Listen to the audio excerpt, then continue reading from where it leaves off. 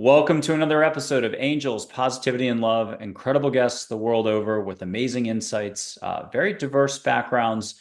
Each of these people are usually on a path of giving service to others. We've had international New York Times or Amazon bestsellers. We've had a guest from Super Soul Sunday, a White House physician to the US president, psychiatrists, traditional healers from all over the globe. Um, We've got, I think, 300 plus shows now, or almost 300 shows booked into the end of 2025. We've had over 500,000 visits to the channel. Please like, subscribe, comment, and share while you're here. My message to everybody is you've already got it all within. You have more love and more skills. If there's some famous psychic medium out there that you respect or you've just enjoyed on the E network, you've got actually more ability to listen, breathe, and be, and laugh, smile, and relax than five of your favorite psychics combined. You just have to give yourself a chance. Listening to these shows, paying attention to what's being transmitted to you certainly helps. You can actually take steps like many of the guests do with angels on this show. And that starts with just maybe catching a little bit of lit sage. With that, I'd like to give a little bit of a special introduction here. This is my absolutely all-time favorite guest on this show. He's a veteran. He's coming back for, I'm going to say, at least the fifth or sixth time. Half of those appearances that were on mind, body, spirit panels. He's got a wonderful sense of humor. When he laughs, it reminds me of Billy Crystal. He's been in the business, if you want to call it spirituality or holistic wellness or anything else. He's been in this business for almost 50 years, a little over 50 years. If it's mindfulness, meditation, he's taught at Omega Institute. He's been on the same stage as Deepak Chopra when they're both presenting as part of a panel or an event.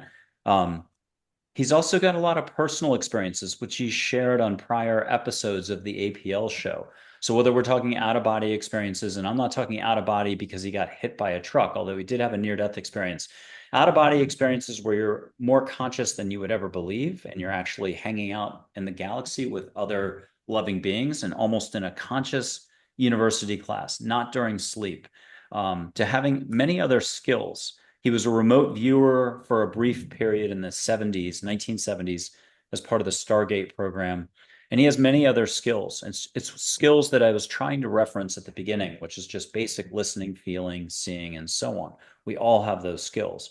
With that, and no more delay, I'd like to welcome Paul Sugar to the show, coming to us from Arizona, Scottsdale. Just a wonderful fellow, and I hope you enjoy this show. Thank you again. Paul, welcome back. Thanks, Mike. Always good to be back speaking with you on your show. Talk to us, thank you. Talk to us about what has been most noticeable for you in the last year, 6 months, 3 months, whether we're looking at the spiritual industry, we're looking at mankind as a whole, consciousness itself. Is there a little more love and light coming in?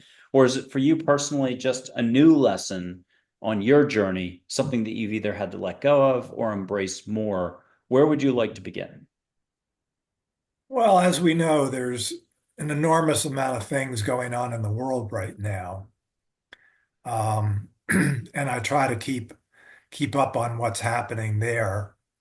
Um, in my own world, I continue with my practice, my teaching, so forth and so on.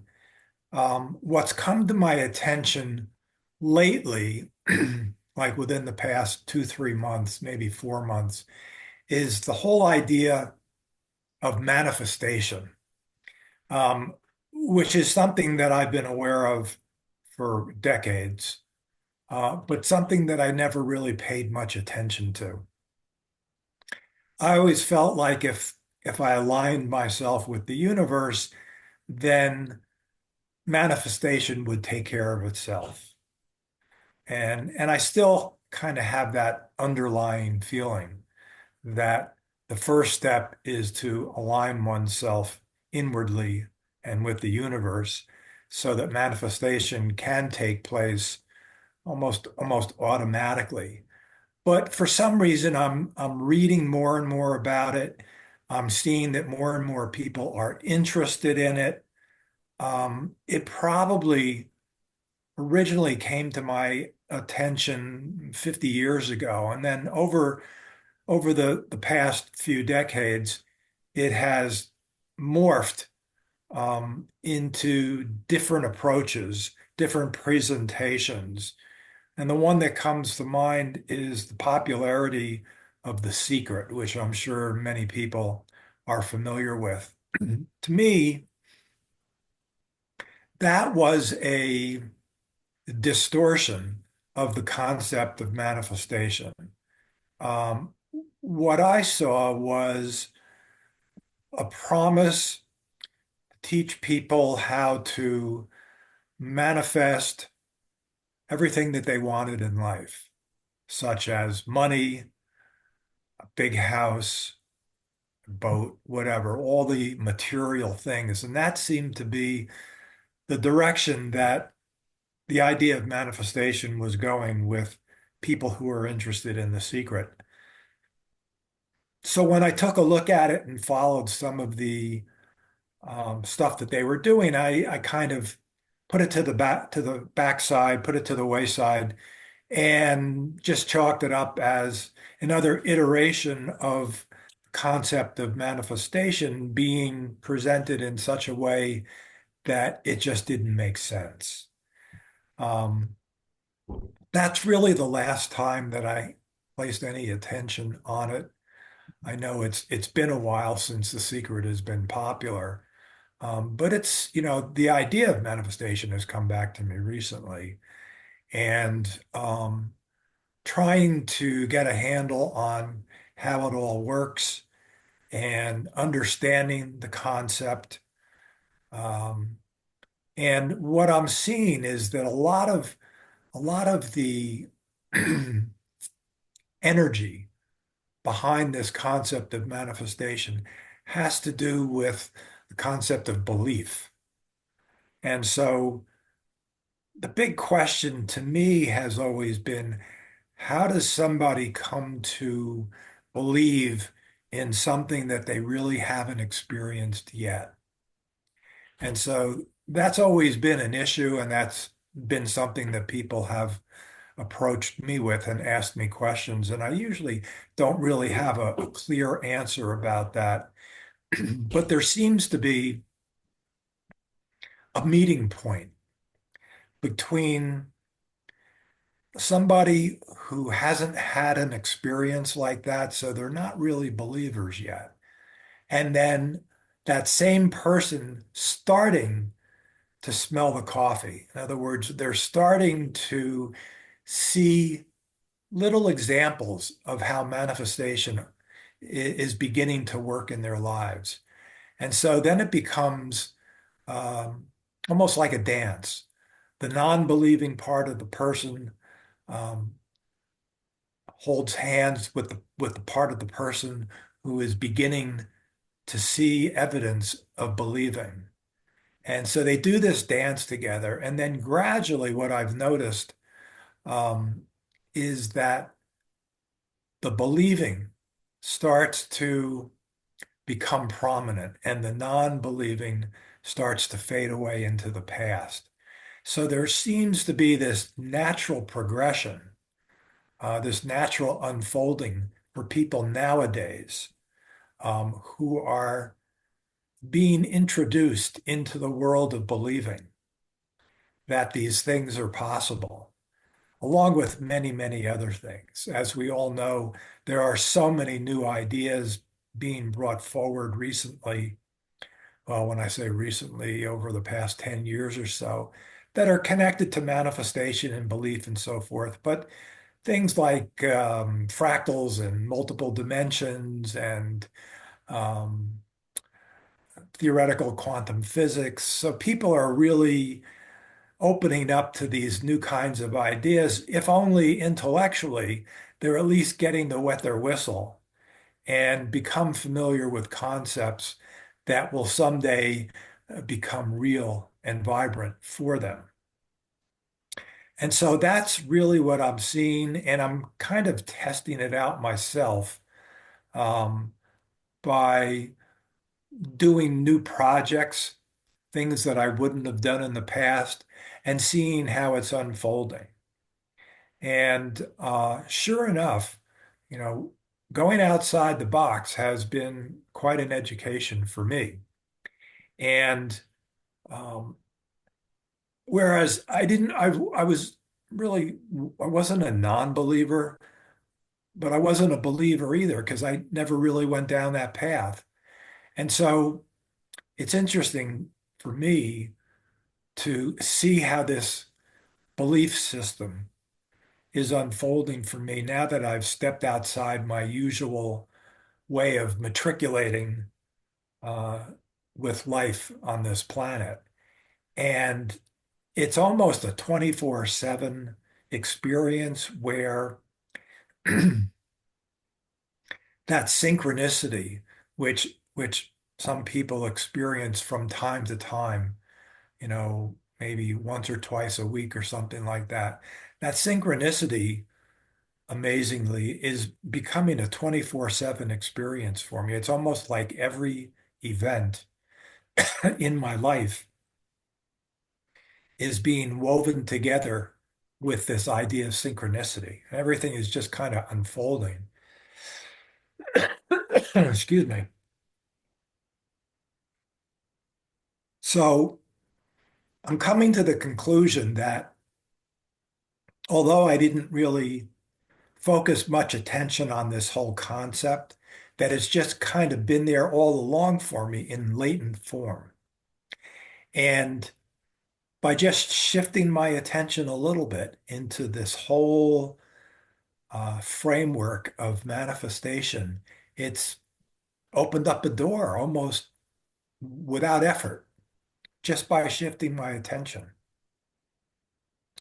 And so now I'm seeing these things happen on a regular basis, and things are just coming together very nicely for me. Can you talk to us about synchronicity itself? Are angels really doing a lot behind the scenes? Do you have a hunch? I do have a hunch, and I'm thinking that it's probably different for every person. I think some people have a connection with angels, and so there's a good relationship there that's been built and that continues to be a vibrant relationship. And there are some people that don't really have that relationship yet being built. I suspect that everybody has that connection with angels. Um, but at least at this point, not that many people are conscious of the connection. And so the ability to go back and forth and be aware of what the angels are doing with you and for you is not really in conscious awareness. But what I'm seeing is that more and more people are becoming aware of these things, particularly younger people. I'm seeing stories about what they call these indigo children who are born with these amazing awarenesses and the stuff that the older people like me, I won't include you in that group because you're really not an older person. Um, but we were breaking ground with that stuff. Whereas these younger people who are coming into the world now, they already have it and they take it for granted and it's just the way things are for them. So I see this mass awakening um, accelerating in our world right now, in spite of the fact that if you look around and you see all this chaos that's going on, this apparent chaos that's going on across the entire planet, to me, that's just an indication that this shift is taking place. Because a lot of times when a shift like this takes place, the first thing that happens is chaos. And then you work your way out of chaos, and things fall together very nicely. So, Yeah, that's how I see things unfolding right now. And if there's something called thinking or unconsciousness or unlove, the fear-based structure that a lot of society revolves around, it's knowing, but the type of knowing that precludes possibility. It's a big, highly valued currency right now. Wait a week and whatever you knew usually isn't valid anymore. Then there's something down here that as an athlete when you're in that performance zone or the other type of zone you often talk about. But musicians know it, artists know it, indigo children know it. Anybody who's ever let go and is simply in the now, performing in some incredible way, or just being at peace, inner stillness, love, awareness. What else could I call it? Consciousness. There's two global slipstreams going on. One, again, unlove, and one is love. Can you talk to us more in sort of those parameters or those in that terminology? And just kind of rehash everything you talked about. What's going on? And again, when we're here, we're connected to more love that's always there. It's a constant. And then I guess unconsciousness is a constant too. Yeah, well, the idea of unlove to me is, well, let's put it this way. To me, there's love, period. Now, I understand that we live in a world of opposites. So if there's love, there has to be unlove.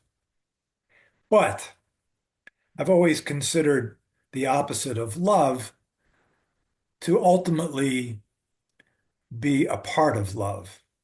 And so it becomes transformed. The unloved becomes transformed in what some people might call an alchemical process, that inward process. So the unloved becomes transformed and then gets absorbed by the love. So I think that's how things work where we are, where we're living in a world of opposites. But those opposites don't exist in all worlds, but it certainly does exist here on this planet, in this body. So concept of unlove, it's the yin yang thing. It doesn't bother me. I know it upsets a lot of people. Um, but to me, you need to have that balance here in order for love to be as vibrant as it is. So, what is our opportunity for growth for mankind? That's only a $4 billion question or an eternal question.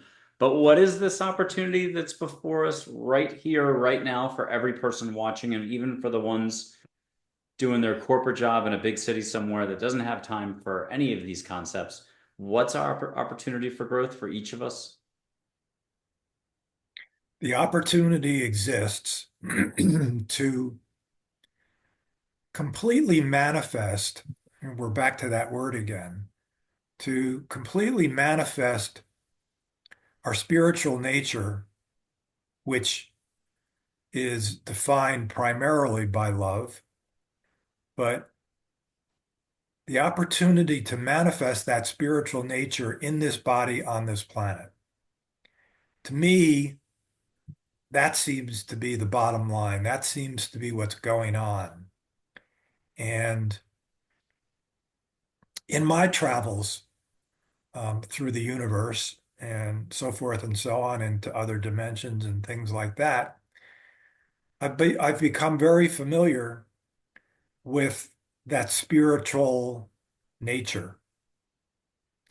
And I've discovered through the medium of attention that if I focus my attention on this body, it will draw that spiritual essence into the body. And this is really a common theme in the world of mindfulness. Um, I teach a secular form of mindfulness, so I don't really get into talking about it from a spiritual perspective. But more and more recently, I actually have been. Um, But I find teaching mindfulness from a secular perspective brings the spiritual essence into play anyway, without even having to name it. It just works because of the nature of attention. Attention is an aspect of that spiritual nature. And so, just through that medium of attention being placed on the body, which includes the thoughts, the emotions, the breaths, five senses, so forth and so on. So, through the process of induction, it actually draws that spiritual essence into the body, which turns on the energetic system in the body, that system of chakras and meridians, which for most people remain dormant in their bodies, that whole energetic system.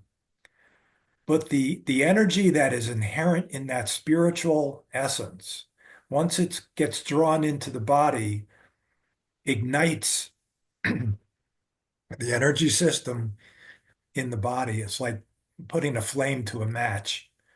You know, the spirit is flame, and the body is a match, is the match. And so once those two things come together, the chakras light up, the meridians light up, awareness lights up, and we begin to transform inwardly.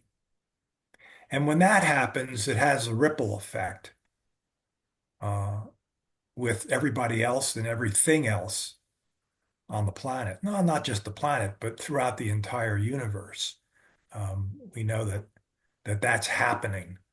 Um, so to me, that's a big deal. And to me, that's really what's going on the planet right now is people finding ways to embody their spiritual essence, therefore transforming their bodies to become instruments and expressions of that spiritual essence.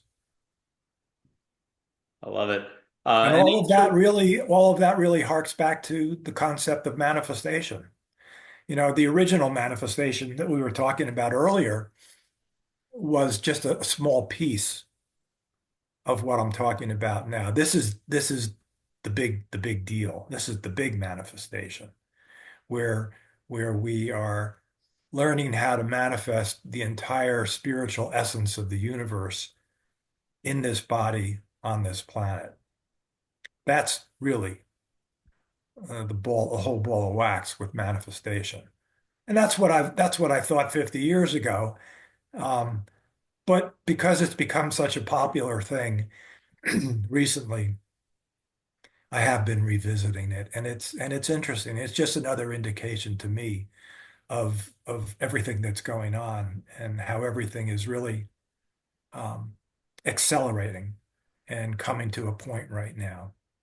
And and so for all of those people out there who were worried, my advice to you is everything is as it should be and unfolding as it will. So not to worry. I'm going to light some sage at this point, and I'll mention, in 13 years of doing this, maybe I've asked 20 big picture questions, maybe 25 or 30 if I was really pushy about it. But one of those questions that I asked, I thought this was a good one. How fast could mankind wake up like that if everybody on the planet wanted to pay attention and was actually pretty sharp or wanting to be ready to go? And the answer from an angel was 3 hours. That's how fast all of our collective consciousness or consciousness individually could go up. Now, I've been doing this 13 years. You've been doing it 50. What are the odds that in the next 3 hours, 3 hours from right now, we're going to see that happen? Slim to none. What's that expression? But there's always hope. I'm going to light some sage. Can you talk to us about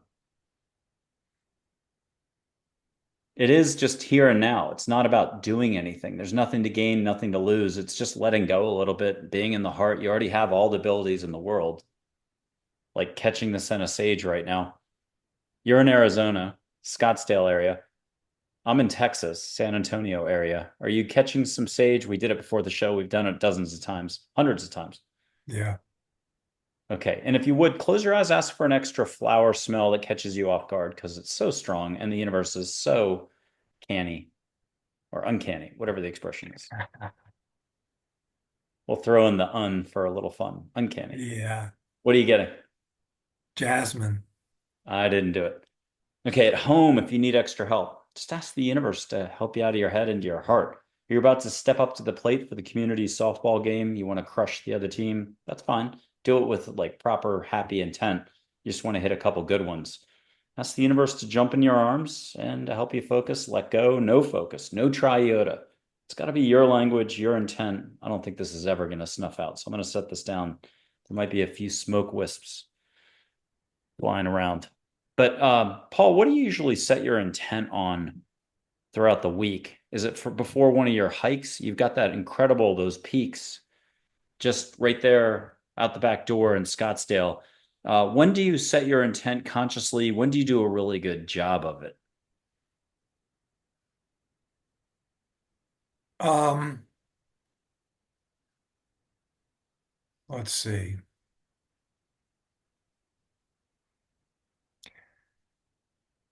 I set, this is going to sound maybe a little strange and maybe not as specific as it could, but 50 years ago, I set my intention and then I just let go and figured that the intention would drive me forward and be with me all the time.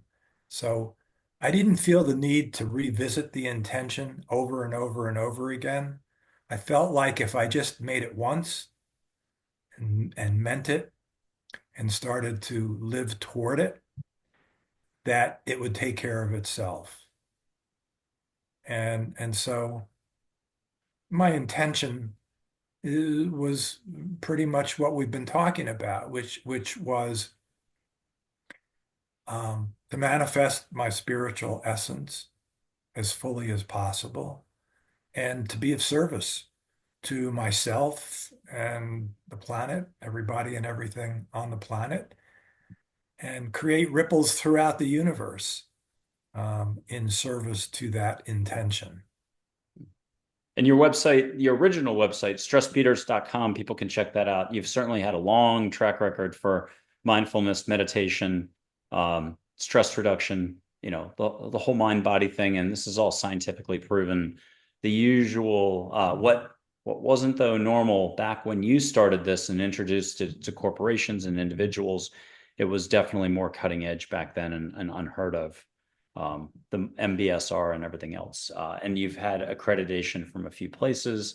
Again, you've been doing this for decades and decades and so on. Also, um, your mindfulness techniques are in the public school system, and I think 48 out of the 50 states, LA County school system or LA school system, Atlanta, elsewhere. So, you know, it's pretty amazing what you've done, but there's something more. Can you talk to us about how that's nice? You wouldn't want to change a thing. You're going to keep doing mindfulness meditation, but there's just back to the theme that we've been sort of talking about here. The universe is ginormous. There's no one fit, one way it has to be, and it's constantly there in front of you, within you, and around you. Anyone can get started anytime and experience what more love, more just openness. It's opening openness. What does opening openness mean, if you don't mind doing this all over again? You've already explained it twice, I think, in the interview. What does it mean in general, or what does it mean to me? In general, what's it mean for the average person out there? Are they going to be able to walk a smoother path, just breathe a little easier, not take the externals as seriously as they have to and bring it into their core and suffer as much? Yeah, it's about having the courage to be transparent and to be authentic. Most people are afraid of being authentic and transparent. Um, and I think it's a matter of learning how to embody that courage um, to start moving in that new direction for many, many people. I would say most people. It is difficult to get past the fear that's there for most of us. It's almost hardwired in our bodies And so it really becomes a matter of transforming the bodies in that way so that the fear transforms into love. Of course, we know that the real opposite of fear is not courage. The opposite of fear is love.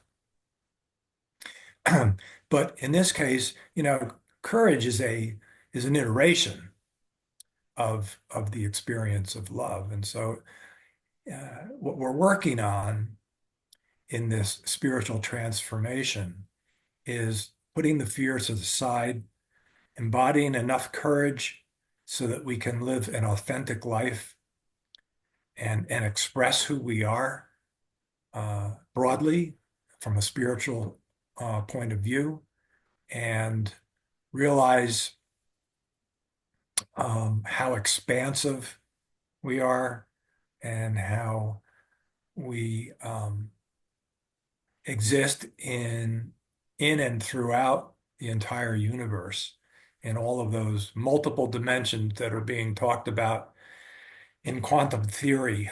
And of course, even more important than quantum theory, the matrix. So it's made its way into pop culture in many, many, many ways.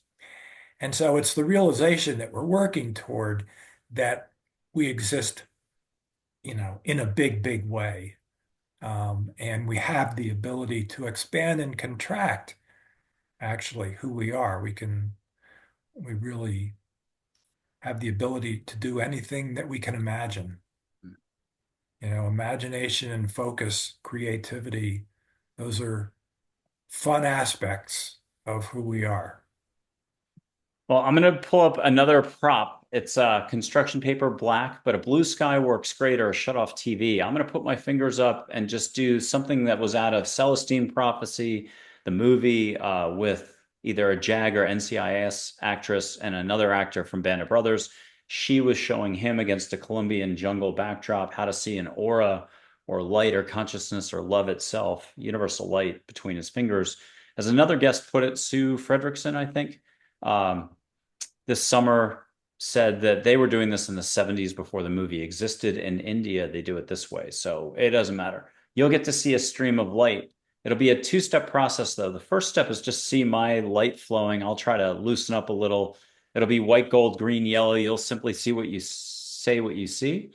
But if you'll ask the universe to make something extra, lately it's been two people have gotten phoenixes. Others have gotten a butterfly, a flower, a vortex of extra light. I'm going to tell one dad joke. Bert and Ernie, Sesame Street. Bert offers Ernie ice cream. What's Ernie say? Sure, Bert. As you're laughing, you're letting go. What do you see between my fingers? Yeah, it's like a rubber band of light, What color? white. Okay, now can you ask the universe just to make extra? Angels, a spirit guide, Einstein, a Syrian. What are you Yeah. getting for? So now I'm seeing multiple colors, like sparkles, like glitter. That's the word I'm looking for. Multicolored glitter along with the white light rubber band. Awesome. And people can play that at home, but if you have to go take a shower, pet the dog, jump in a pool with your clothes on, so you did something to just break out of your structure. You don't have to do that. But it's just seeing with your heart, seeing with all of you doing the Zen thing, seeing without seeing. How would you describe what we just did in you don't have to talk in terms of aura and seeing light. This is a constant. It's on everything. My bookshelves, my dogs, the trees. We're all plugged into this, and that it's right in front of us. Can you talk to us about how it's just, again, here and now, to sound like Ram Dass from the 70s? Um, well, in our spirit body, we see multiple dimensions. Um, and not so much in this body until the body becomes transformed. What I've noticed, there's an old saying, as above, so below.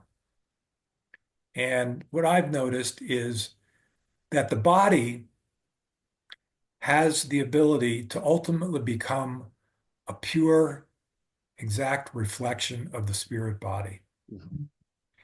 And in fact, there are just recently, the past few years, there are some studies going on at the Institute of Noetic Sciences where they are looking to identify genes that are probably latent right now. But if turned on, once again through epigenetics, if those genes are turned on, it gives us the ability to start experiencing those same qualities, those same things that we're able to experience when we're in our spirit bodies. And so I see that there's a potential, particularly with AI and these things out quickly. Now, we could take thousands of years and do it through meditation practice, so forth and so on, and arrive at the same place.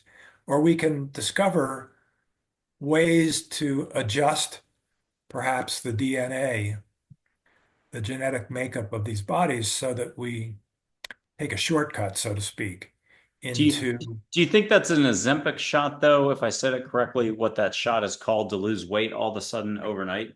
Do you think that's a little bit of interference and missing the entire point of just being and more love and it anybody who may be this field is so new um, that I'm trying to stay open to it, to all possibilities, to tinkering around with uh, the genetic makeup of people. Um, it's part of my intention to start opening up the things that normally I wouldn't open up to. Because normally I would how's that say, been well, working out for humans though when it comes to like nuclear power, war, and pretty much everything else that if humans start exploring through science stuff, usually it's so limited because it's run by thinking and unconsciousness that it's pretty limited in what its results can be. Although at the decade level and everything else, it's tremendous what the discoveries are. So there's yeah, no contradiction there either. it remains to be seen. And frankly, I'm more interested in finding solutions to disease than I am in um, igniting that energetic system in the body so that it can experience more fully things that exist, certain qualities that exist in the spirit body. Um, my go-to is always my inner practice, my meditation practice. And, you know, I decided many, many years ago that although I would continue to look for shortcuts, I would do the work just in case I couldn't find any shortcuts. And frankly, up to this point, I've tried many, many things. I haven't found any shortcuts. And so I'm thankful that I decided to do the work anyway, because the work has held me in good stead. And I feel like I'm in a good place due to my steady practice that I have maintained over the years. I'll continue to look for these shortcuts, and certainly if I find any at work, I'll let everybody know. But so far, no dice. And yet, letting go is letting go, love is love, and any moment counts to just take advantage of what you've already got, to slow your roll, slow down, take a breath, breathe, smile more, and ease into what has already been there the whole time. You were plugged in as a kid at one point, and a little adulting, a little thinking, and a little taking ourselves a little too seriously as a species perhaps got in the way. Um, what is one place, one trip, one spot around the globe that you absolutely love? You feel like it syncs with you. It's openness itself. Is there a geographic location somewhere? Maybe if we could exclude Scottsdale, where around the globe resonates, makes your heart sing? Well, there is one place in Israel that I felt a very strong, good feeling connection with. It's pronounced Svat, but it's spelled Safed. And it is the Center for Kabbalistic Study in Israel. It's a town, and it's where all the famous Kabbalists are buried and so forth and so on. And a lot of old temples are there. The vibes were just very, very cool to me, and it felt like home. And so probably all those years of me studying and practicing Kabbalah drew me to that place and created a nice feeling once I got there. And so when you asked me the question, that's the first thing that came up. I've done a lot of globe trotting to various energy centers. So there's a lot of other ones like that. But Svat um, really holds a special place in my heart, even though I don't do much with the Kabbalah anymore, because I've shifted pretty much to mindfulness. I spent many years with the Kabbalistic study and practice, and uh, and I feel a closeness to it. I don't think it's for everybody. It's a very specialized approach, which is why I teach mindfulness because I think that is for everybody, and it's much easier to understand and get a hold of than something as what could be very complicated as the Kabbalah. But for me, Kabbalah came easy and opened up a lot of doors for me, inner doors for me. So I'm always thankful for that. And if people watch your other episodes, you've had some amazing experiences that you've recounted, some other areas of study, whether it's transcendental meditation, yoga, deeply into, again, meditation was where you ultimately ended up. But an experience, I think it was Peru, could have been Colombia, but your Volkswagen on a dirt road out in the middle of nowhere, passing through a mountain. Somehow you end up crossing a river, but not making it more than halfway. So you're stuck now and the universe showed up. It was a Volkswagen bus filled with Volkswagen engineers who had just happened to have the right parts, the ability to tow your vehicle out and get you turned around and back on your journey again. And yet, those probably weren't human beings. You've had a near death experience on your Mustang on a wet road returning to Syracuse, roughly around 1966, 67, 68, in there somewhere and you survived. And it was an incredible story. You emerged in the rain with an umbrella first out of the top of the Mustang. But that was a heck of a story. You've had out of body experiences. You essentially got recruited for the remote viewing stuff in the 70s. And there's more. You had a tremendous fear of death at an early age that you were so empathic, you were picking up on everyone's stuff, including their illnesses. You had a mentor or two along the way who helped to show you what boundaries, barriers could be so you could stay intact and kind of reclaim your flow, and so on and so forth, as you would say. But there's all the shows, there's the mind, body, spirit panels, which I think there's two you've shared with Ewan Briok and Dr. Leanne Whitney. The three of you clicked tremendously. I know all three of you have expressed the interest in doing a third. People should check those out. And again, there was a lot of details shared there. Let's get back to, we're not the only casino on the Vegas Strip. If the Vegas Strip is the universe, mankind's not the only sentient beings. In fact, aren't we? We have tremendous, our density or our ability to think, our complexity is only outpaced or outmatched by our ability to love and be if we ever wanted to pay attention. Is that a fair statement for mankind? Absolutely. Yeah. And so tell us, the universe is pretty big. We're not the only show in town, and it's not up to us to have to fix everything here on planet Earth, which this could be a little bit of news to people. We think we're the center focal point here, and there's a lot more going on if we would just look up or listen. Yeah, well, I have to laugh when I listen to people talk about is there life elsewhere? You know, if I'm feeling in a cynical mood, I'll say to myself, well, the real question should be, is there life here? Because what I've experienced is that life abounds throughout the entire universe. There's just dimensions and dimensions of life existing in so many different forms, consciousness existing in so many forms. And I've seen the dimensions, I've seen the various planets and stars with all of their multiple dimensions and the life that exists in all of these dimensions. And it just goes on and on and on. So for those people who are wondering, is there life somewhere else? I just kind of have to laugh. And maybe we can say it this way: take every one of your favorite sci-fi films that portrayed worlds or existences or dimensions just beyond our normal daily life. Strip out all the violence, the bullets, the fear, and infuse it with love and even bigger, broader colors beyond our human scale, and even more fun figures. And I think you're getting a little closer in the right direction. There's certainly a huge fear factor going on today to try to do panic or this or that. If it's about control or details, generally it's thinking. And thinking is not how you get to your heart, let go, and experience it.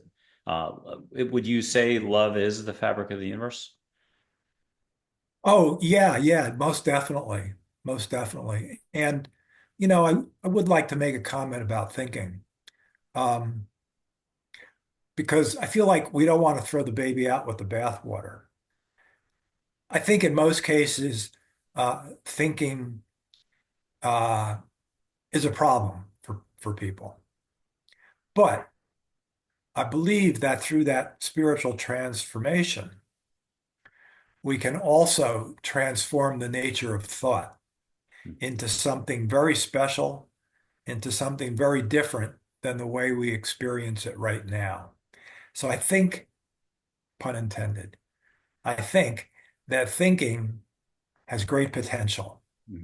It shifts into awareness, doesn't it? As soon as It sure you does. are Yeah. here. If it's thinking and it dropped into your heart, you're being creative or inspired and you're happy, that's no longer really thinking. It's more being part of the flow state, as you would say, and something greater Yeah. that's connected to the universe. Well, the tricky thing about thinking is most people identify with it. They think they're their thoughts, and so they believe every thought that comes to them.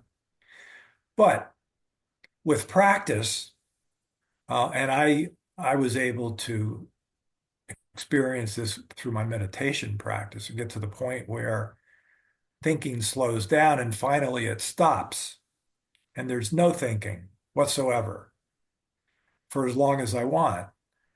And yet, if I am thoughts, then that would be it for me. I'd be gone. But the truth of the matter is, when thoughts stop, everything else begins. Mm, that's a good And quote. so, yeah, so I'm still very present, still very aware.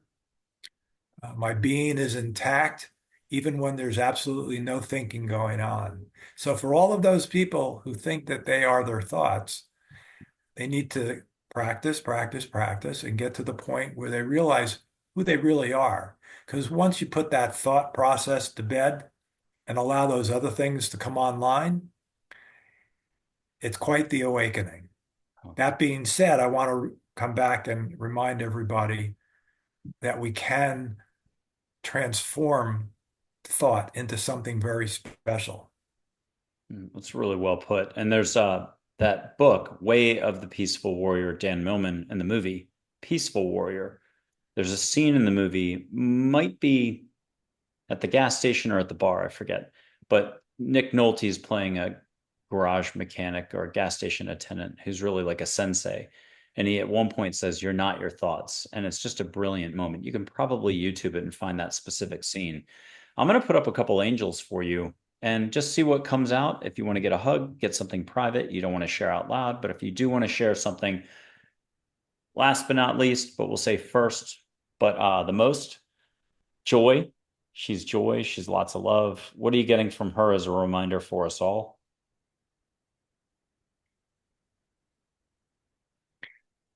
It's interesting. I've seen Joy a lot, but this time, as I'm looking at Joy, I'm seeing her as a doorway into the universe. It's like being able to just traverse right through that circle and then pop out the other end into the universe. And to make that point, let's have her just take you for 15 seconds of our time, which could feel like 45 seconds somewhere else, or who knows. Close your eyes, have her take you in, see a pink symbol, see pink light on your eyelids, breathe through your mouth for extra turning it up. People at home can do this, at least get a hug. Feel warmth on the belly, on the back, feel a hand on your shoulder, get a little squeeze. And she'll take you somewhere. It might be another dimension and it might be another place. It might be just Egypt, ancient Egypt, or Arkansas, because I wanted to say Arkansas. We'll say Hawaii instead.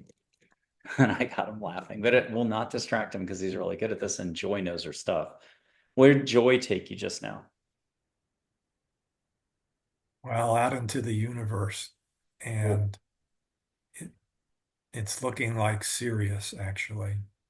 And we're not talking being too serious. We're talking like a Right. Syrian or Sirius. And this is again, Right. The star. yeah. And angels since March of 2024 have been giving some of their origin stories. This one, my guardian angel, Dr. Karen Wyatt, episode 110, August 30th of 2024. This is her guardian angel. I think there's 80,000 of us that share this guardian angel. She's a good one. Min like Minnesota, Lakota Sioux word for water. She's light waves of energy and water, soft-spoken professor. But this physician retired now described how when she was a little girl in bed, tucked under the sheets, age 8, 9, or 10, looks at the foot of her bed, had woken up for some reason, and there's a Hallmark angel, all in white. And from that moment on, she knew she wanted to be a doctor. And here she was. There was one funny part in her interview, episode 110, August 30th, 2024, where she's at medical school. She's all about love.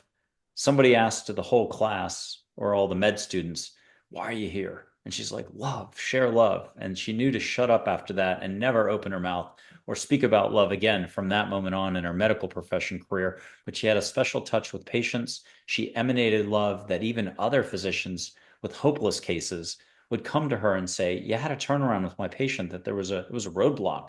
How'd you do it? And quietly, the word kind of got out. And here she is as a retired physician sharing all that.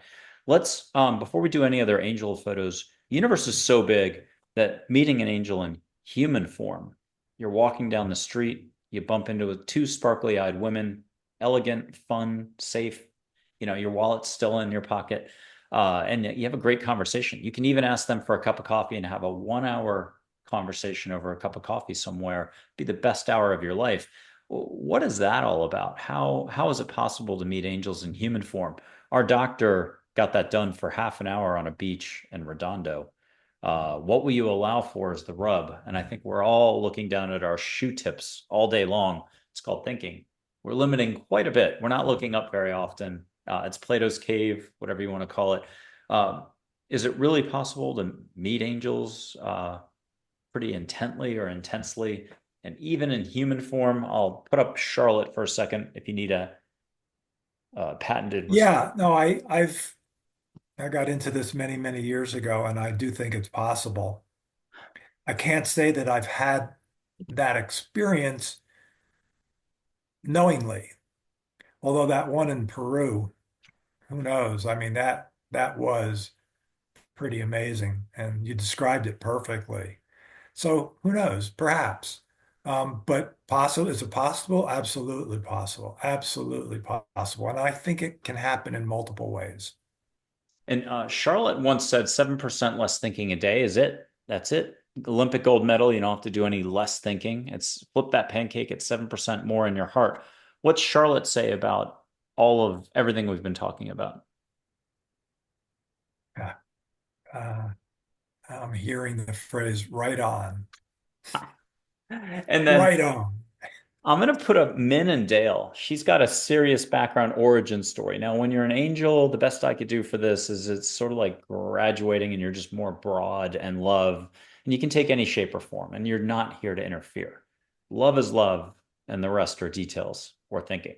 Um, Here's a Dale who's got an Andromeda background, might have coached an Olympic athlete we all know from the late 70s, early 80s, won a lot of golds. These two, what do they say about those Volkswagen engineers? They were galactic beings who popped in, materialized with a bus that magically pulled you out of a remote Peruvian, Colombian location, fished you out of the river, fixed up your Volkswagen in an impossible way, by the way. What do they say about that miracle moment? Very likely.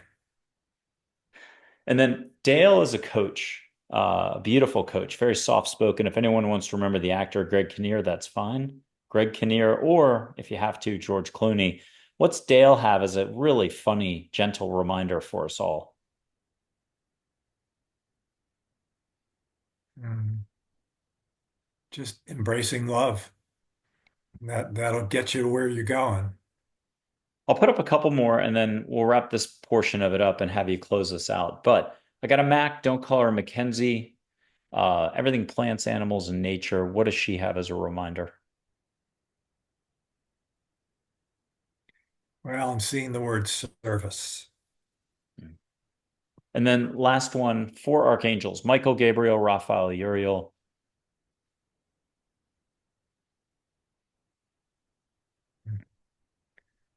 Okay, getting patience from that. So have more patience and joy. Patience is an integral part of any endeavor. Yeah, it's a human thing that's lacking in so many cases, and so to the degree that we can embody more of that, that would be a good thing. Yeah. And you can always head out to your local Lowe's if it's summertime or spring and pick up some patience in those little containers. Yeah, Um, yeah. Plant those. Or if you're Okay. a doctor, go to the hospital. You'll have plenty of patients. Exactly. Okay. With that, what's the one thing you want to mention to everybody about how simple this is? Again, it's right in front of you. Did it take you at least a decade to have the realization that, like, oh my God, I was there the whole time? Took me more than a decade. Um,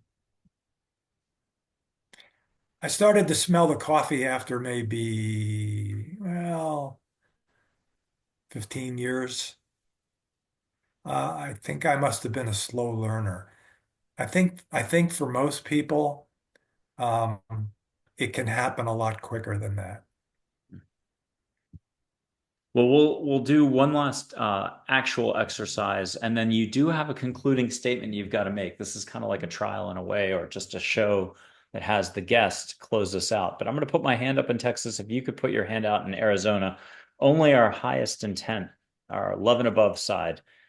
What do you feel there, if you don't mind using an adjective for the connection? Sparkles, electricity, warmth, fun.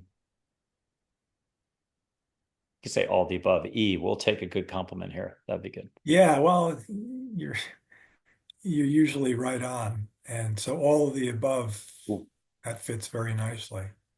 Cool. I'll do three whooshes, little, medium, and big, but anybody at home can just go big right away if you've already done this. I'm gonna whoosh, but it's really angels. It's Archangel Michael, it's Mac, it's a whole big galactic crew or universal crew or just loving crew. My microphone's down below. I'm gonna blow Hawaii through the microphone as well. So catch a little Hawaii in the air. Here comes the first one. Sandbag it if you're worried about this, anybody. Catch a little energy on the front, the back.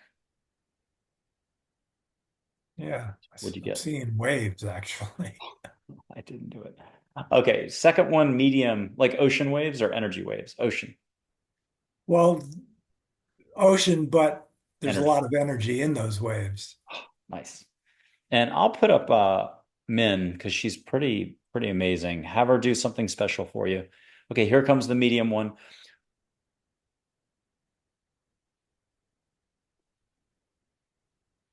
Could you feel that a little more? Yeah, feeling waves coming at me. Good. The next one, have the waves come around you, behind you, but in a gentle way. And this is go big, go home. You're already home. Have Archangel Michael say something about it privately to you. At home, people can smell flowers all of a sudden.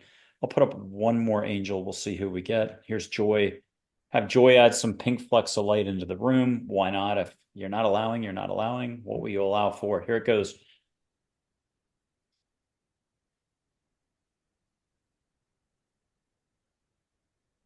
Okay. And could you feel that bigger? Yeah, I'm feeling that as breath. Feels like breath. I love it. Paul, what's your reminder for all of us? You have a new website coming. By the time this comes out, it may already be out. Can you just say your website name? Yeah, the new website is paulsugar.com. And stressbeaters.com will still be around. People can reach out to you pretty much for anything, no matter where they are, whichever life stage. They might not even know about all the spiritual woo woo woo stuff. They need help slowing down first, pumping those brakes, whatever their situational Yeah, setup is. yeah. And you've I been doing I this for I like deal with the full spectrum of life. exactly. And you're seasoned. Like we're talking 50 years, 49 years, 51 years, somewhere in there. And you've been doing this a long time and you're hyper trained as well.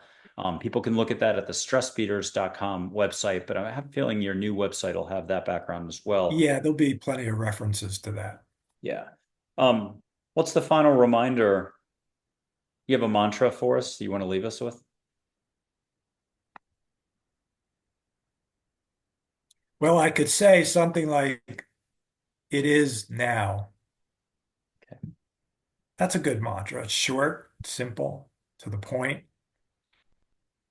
But what I wanted to say to everybody else, besides leaving them with that mantra, is because I know people are suffering in many ways throughout the whole world, and um, want to let them know that from where I'm sitting, everything, as I said earlier, everything is as it should be and is unfolding in a very positive way.